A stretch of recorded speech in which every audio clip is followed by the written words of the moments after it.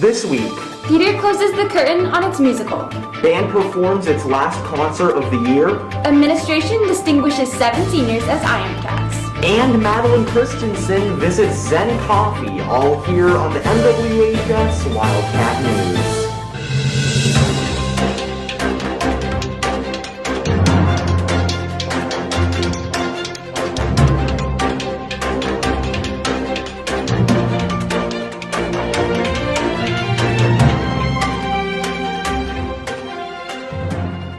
Good morning, Wildcats. I'm Jenna Reynolds. And I'm Edison Geiler. 6 weeks ago, Madeline Christensen and I covered theater's progress on its spring musical, The Addams Family. Now, as the end of the drama season is just around the corner, the curtains closed after performances from Thursday to Sunday last week. Dana Summers and CJ Fox attended a show to bring you our first story of this week. Children are crazy and parents are quick. Passions are hard to explain. On Thursday, March 29th through Saturday, May 1st at 7 p.m. and Sunday, May 2nd at 2 p.m., the drama department occupied the auditorium for their spring musical, The Addams Family. When we were crazy and the future didn't exist, what happened? Now? The performance, while already distinct on its own, was made even more unique as it was rewritten with material to fit the pandemic. The show that we had picked was rewritten because of COVID and because of quarantine, so it's Addams Family in quarantine. So not only are we doing socially distant, like sort of blocking and seating in the audience, like we actually are addressing the current issues of a pandemic. The preparation for this show began around 4 months ago, with rehearsals lasting until about 5 o'clock. As performance days drew closer, these practices became longer and more intense. While the leads prepared for their specific parts, the ensemble also worked to keep in character while entertaining the audience. I'm in the ensemble for this show, and the ensemble characters are all Addams Family ancestors, and so for this show we've kind of been working how to kind of play dead people but also keep up the energy. The musical was cast last year and planned for the fall, but postponed until the spring due to pandemic guidelines. The show lost members because of spring sports, so many newcomers had to step up to the plate. I'm crazier than you. I'll do what you can do. From here on in, I give my solemn vow. This has been my first musical at MWHS. It's totally new experience. I've been in show choir before, but acting is a whole different world, and it's been so much fun, and everybody's been so helpful and encouraging throughout the whole time. The show featured 2 different casts, alternating between them each performance night. This double casting has been a common theme with drama throughout the year. We knew we were in a pandemic when we cast the show. We did it via video auditions, but we thought things would maybe be back to normal, and they weren't. But we thought, just in case, we should have 2 casts. This double cast also showcased the talented kids of Millard West and gave more students acting opportunities. This has been Dana Summers and CJ Fox for the MWHS Wildcat News. Though the musical is now finished, drama still has 2 more performances for audiences in store. Students in ACP and advanced theater classes have been working on the unified production of Seussical the Musical, which will perform on May 13th. Any interested students can attend the show either during 4th block or 7 p.m. Students are also putting together an improv show set to hit the stage on May 17th. These performances will mark the end of a much-changed drama season, but another club recently played in the final event of the year. The varying sounds of flutes, drums, and saxophones filled every inch of Wildcat 1 on Monday night as the band performed its last concert of the year. In addition to playing in front of an audience, the group honored the seniors with a special song and honored band instructor Byron Brash, who will be retiring after the year is done. Anna Blumenthal and Dana Summers have more details. On Monday, May 3rd, the sounds of percussion, string, and wind instruments filled Wildcat 1 when the band performed their spring concert. The concert band, symphonic band, and wind ensemble gathered together for their last concert of the year.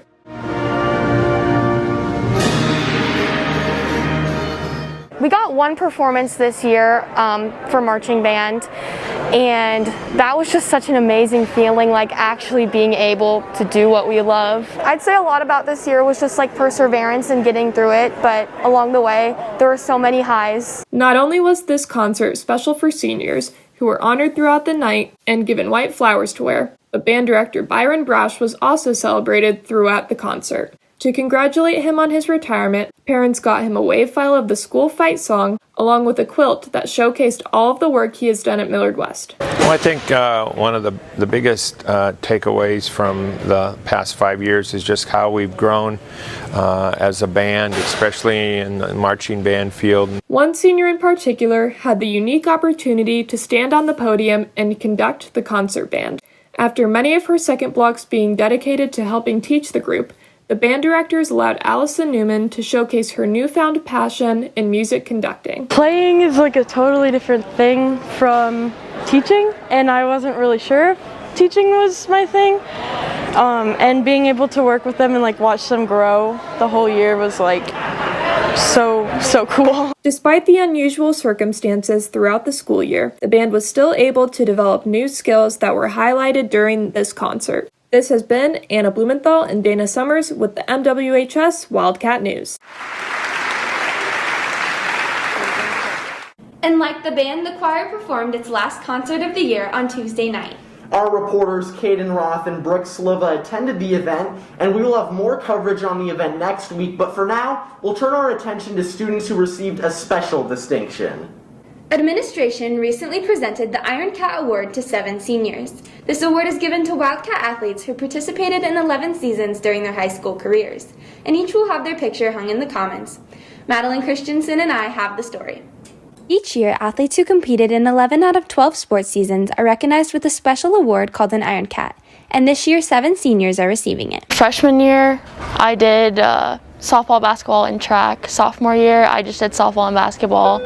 Junior year, I did basketball, softball, and then I was planning on doing unified track, but because of COVID, we didn't get to do it.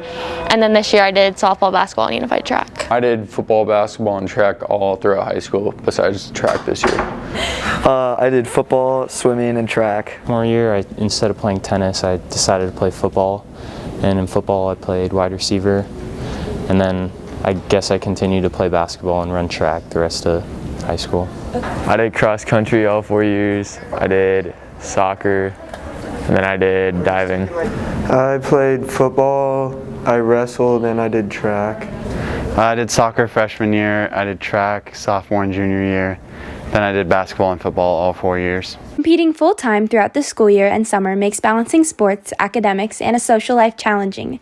However, those factors were no match for these Iron Cats. The biggest thing that I struggled with was summer conditioning schedules, because every sport wants you to do their program or whatever, and it was kind of hard to find a balance between the two programs. It's a lot of you have practice every single day after school, and then in the morning you'll have practice, and then getting homework done on top of that. It's just having to manage your time correctly. I had to focus on getting my schoolwork done with all the time taken from athletics. As the athletes are kept on their toes year-round with different drills and coaches, they've learned many life skills along the way as well. It taught me to never give up and keep trying. It's helped me with time management, being able to make my priorities, and meeting new people, being able to talk with adults like coaches and stuff, communication skills, all that. While some of these Wildcats won't continue with sports in college, others have committed to certain schools just to keep competing. I'm going to Heston College to play softball and major in elementary education. I think I'm going to walk on for football at UNL and maybe do track there too. I'm going to Midland University to play football there. After high school, I plan on playing football at Fordham University. I'm going to BYU next year in Utah. I'll be leaving in August. And I've been emailing their coaches, their basketball coaches a little bit. So I might try to get on the team, maybe a walk-on or something. If I get a scholarship, that'd be awesome. These Wildcats have been as tough as iron as they conquered the field, track, pool, and more in their time as Millard West athletes.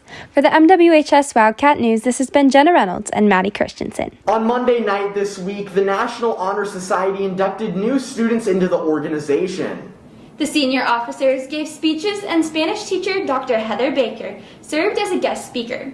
The 48 inductees took a pledge, walked across the auditorium stage, and were given a certificate and a complimentary flower. Congratulations to the students joining NHS for next year. Zen Coffee has been a popular spot in downtown Omaha for coffee lovers, but the franchise recently opened a new location near 132nd and West Center. Our reporter Madeline Christensen visited the newly opened shop to learn more about its vast selection of coffees and pastries. Local coffee shop Zen Coffee has recently taken over Omaha caffeine lovers with their new item, the Coffee Flight.